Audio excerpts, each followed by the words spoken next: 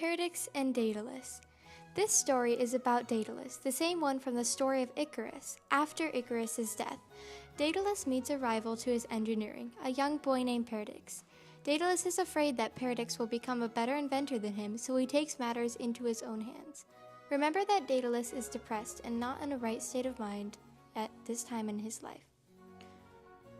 Paradix was an inventor like Daedalus and was so brilliant that one time he was walking down the beach and created the saw, an extremely useful invention. Daedalus saw this and became scared that Paradix would overthrow him as a better inventor. So, in retaliation, he thought up of a horrible plan to get rid of Paradix, his rival. Paradix was a young boy then and didn't realize that his uncle hated him and was actually scared of him, even if Daedalus didn't want to accept that. So, when Paradix was playing with some little pieces of metal scraps beside a huge cliff, Daedalus's terrible plan began to unfold. The wind was strong, and Paradix was as clueless as ever. Daedalus came up to the cliff with him, also bringing metal scraps. When he got to the top, he showed Paradix how to make a small beetle that flew for a couple minutes, if created correctly. Then Daedalus just happened to throw a beetle to Paradix a bit too far to the side, and Paradix lost his balance and fell a long way down the cliff to the rocky land below.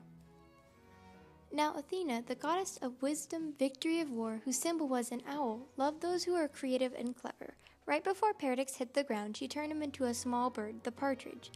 The partridge is a bird who, instead of nesting in trees, nests on the ground. It is a bird wary of the fall, preferring to be safe in low shrubs and grasses.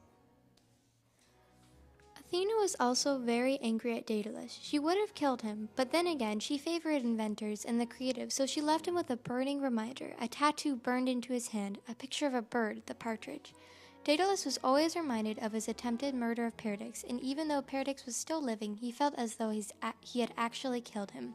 Daedalus was exiled and sent away from home when the people found his crime, and for the rest of his life, Daedalus lived in guilt of what he had done to Paradix, but knew that he was still alive, somewhere across the world, whether Paradix remembered him or not, and lived in peace, knowing that Paradix wasn't gone forever. Thank you!